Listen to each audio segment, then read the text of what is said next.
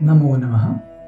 आज मिति 2072 सालको पौष महिनाको 19 गते रहेको छ, यानि कि पौष शुक्ल पूर्णिमा रहेको छ।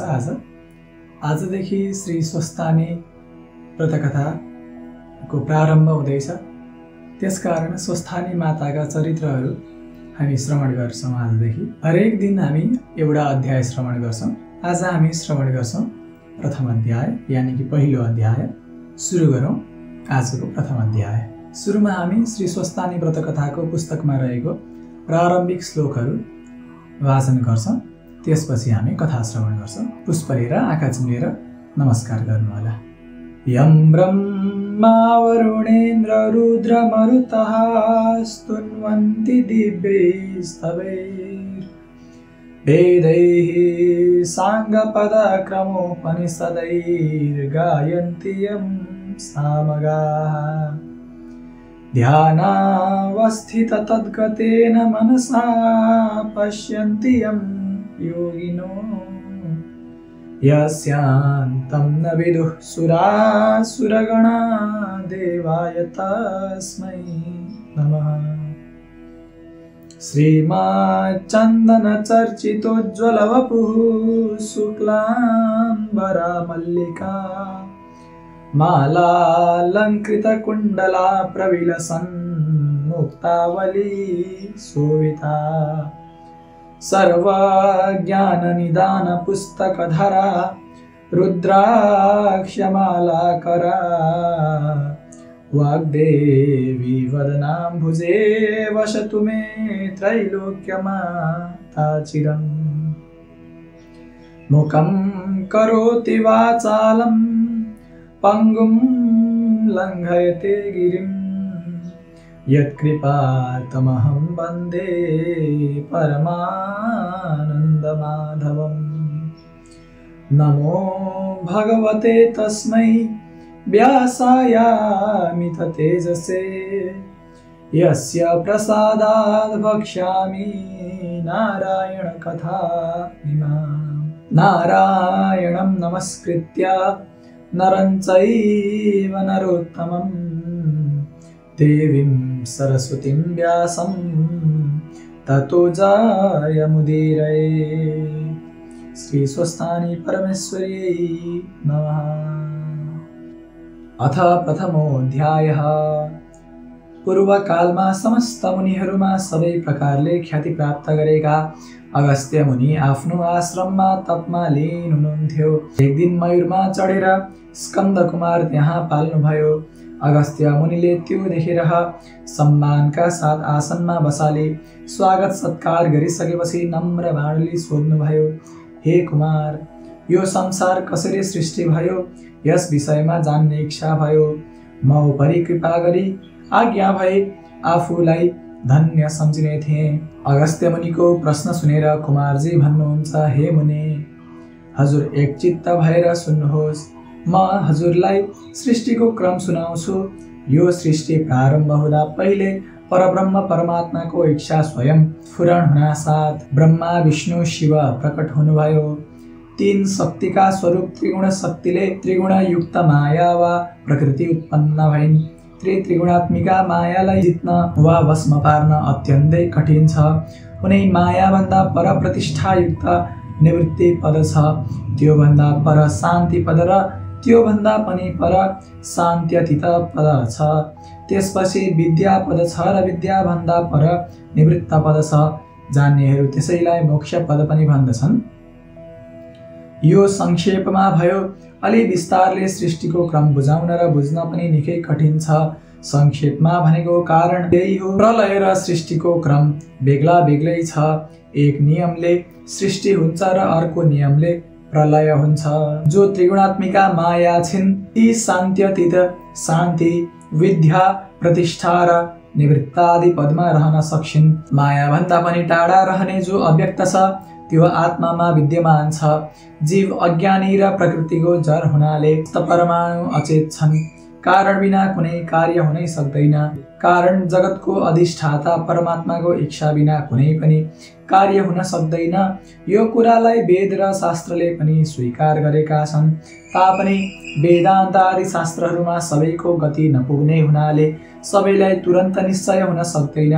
जन्म मरण रूप बन्धन नछुटेर त्यसैको दुःख सुख केवल अनुभव गर्ने जीवनद्वारा यो संसारको क्रम चलिरहनेछ।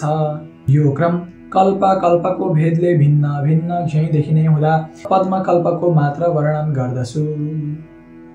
ब्रह्मा विष्णु शिव एक हुन्, यिनमा सानो र ठुलो कुनै पनि भेद छैन। हे मुने, सृष्टि गर्ने चतुर्मुख ब्रह्मा, पालन गर्ने विष्णु र संहार गर्ने रुद्र हुन्।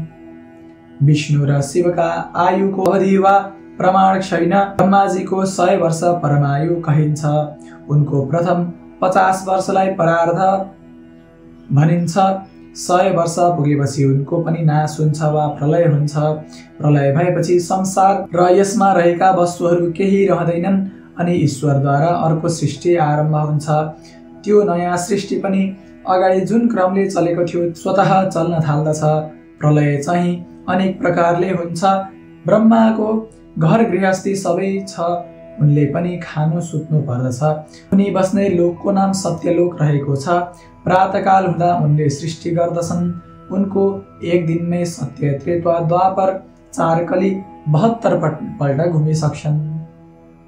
रात परेपछि प्रलय गर्दछन् र त्यही क्रमले जब ब्रह्माको 100 वर्ष पुग्दछ तब महाप्रलय हुन्छ।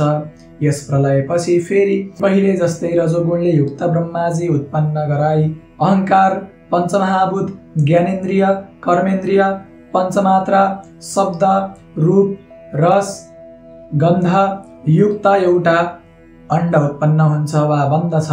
त्यो अण्ड ब्रह्मामय हुनाले त्यसको नाम ब्रह्माण्ड रहेको हो। यही अण्ड फुटेर 2 भाग भएपछि एक भागको प्रकृति र अर्को भागको पुरुष बन्दछ। यसैबाट प्रथम सृष्टि चतुर्मुख ब्रह्माजी हुनुहुन्छ। पालन गर्ने अनन्त कोटि ब्रह्माण्डका स्वामी विष्णु पनि हुनुहुन्छ। संहार गर्ने महारुद्र हुनुहुन्छ। यिनैले यो सृष्टिको कार्य निर्बाध गतिले गर्दछ। जसको इच्छाले त्यो अण्डको उत्पत्ति हुन्छ त्यस परम ब्रह्म परमात्मालाई त्रिगुणातीत चतुर्व्यूह अनादि अजन्मा हिरण्यगर्भ प्रजापति आदि भन्दछन्। सुमेरु पर्वत समुद्रको बीचमा समस्त जीवाणु गर्भाशयमा बालक रहे जस्तै रहेका छन्। सूर्य, चन्द्र, ग्रह, नक्षत्र आदि पनि त्यही सुमेरु पर्वतको चारैतिर स्थित रहेका छन्। निराकार आकाश पनि त्रिगुणात्मिका माया र पञ्चमहाभूतले बेरिए झैं भई आकारवान अर्थात् एक रूपबाट अर्को रूप देखिरहन्छ। तर त्यस आकाशलाई राम्ररी विचार गर्दा आदि मध्य र अन्त्य नभएको अनादि अनन्त परमेश्वरको लीला मात्र हो। यो संसार नै भ्रान्तिको रूप हो, किनकि उनै ईश्वरको इच्छाले सृष्टि स्थिति संहार हुन्छ। धागोमा दाना उनिए झैं यो संसार परब्रह्ममा उनिएको हुन्छ। अनन्त कोटि ब्रह्माण्ड गणना गर्न सकिन्न। जति ब्रह्माण्ड छन् उति नै ब्रह्मा, विष्णु, शिव, चन्द्र, सूर्य, इन्द्र, दिक्पालहरू भिन्न भिन्न छन्। जस्तै सपनामा देखे झैं अनेकौं सुख दुःखको अनुभव जागा हुनासाथ केही पनि रहन्न, त्यस्तै यो मिथ्या छ। अनित्य संसारको सुख दुःख पनि स्वप्न जस्तै छ। सुख दुःख त मनले मात्र अनुभव गर्दछ। त्यसको भागी जुन मन हो त्यस मनलाई आफ्नो वशमा राख्नु नै ईश्वरको प्राप्तिको मुख्य बाटो हो भन्ने कुरा मानवहरूले बुझ्नु पर्दछ। हे मुने, हजुर पनि एकाग्र मनले तपस्या गर्नुहोस्, अवश्य सिद्धि मिल्नेछ। मैले यो सृष्टिको क्रम संक्षेपमा सुनाए। अब दोस्रो अध्यायमा पद्मकल्पको वर्णन गर्नेछु, ध्यानपूर्वक सुन्नुहोस्। तत्सत श्री स्कन्द पुराणे केदार खण्डे माघ महात्म्ये श्री कुमार अगस्त संवादे श्री स्वस्ताने परमेश्वर्या व्रतकथायां सृष्टिक्रमवर्णनं नाम प्रथमोऽध्यायः। ओम उपनयतु मंगलं वः सकल जगन्मंगलालय श्रीमान दिनकर किरण निबोधित नवनलिन दल निवेक्षणः कृष्णः। काले वर्षतु पर्जन्यः पृथिवी सस्यशालिनी देशोऽयं क्षोभरहितो ब्राह्मणाः सन्तु निर्भयाः अपुत्राः पुत्रिणः सन्तु पुत्रिणः सन्तु पौत्रिणः निर्धना सदना सन्तु जीवन्तु शरदां शतम् तत्रैव गङ्गा यमुना च तत्र गोदावरी सिन्धु सरस्वती च तीर्थानि सर्वाणि वसन्ति तत्र यत्राच्युतोदारकथा प्रसङ्ग या कुन्देन्दुतुषारहारधवला या शुभ्रवस्त्रावृता या वीणावरदन्नमण्डितकरा या श्वेतपद्मासना या ब्रह्माच्युतशङ्करप्रभृतिभिर्देवैः सदा वन्दिता सा मम पातु सरस्वती भगवती निःशेषजाड्यापहा कायेन वाचा मनसेन्द्रियर्वा बुद्ध्यात्मना वा प्रकृतिस्वभावात् करोमि यद्यत् सकलं परस्मै नारायणायेति समर्पयामि। नमो नमः।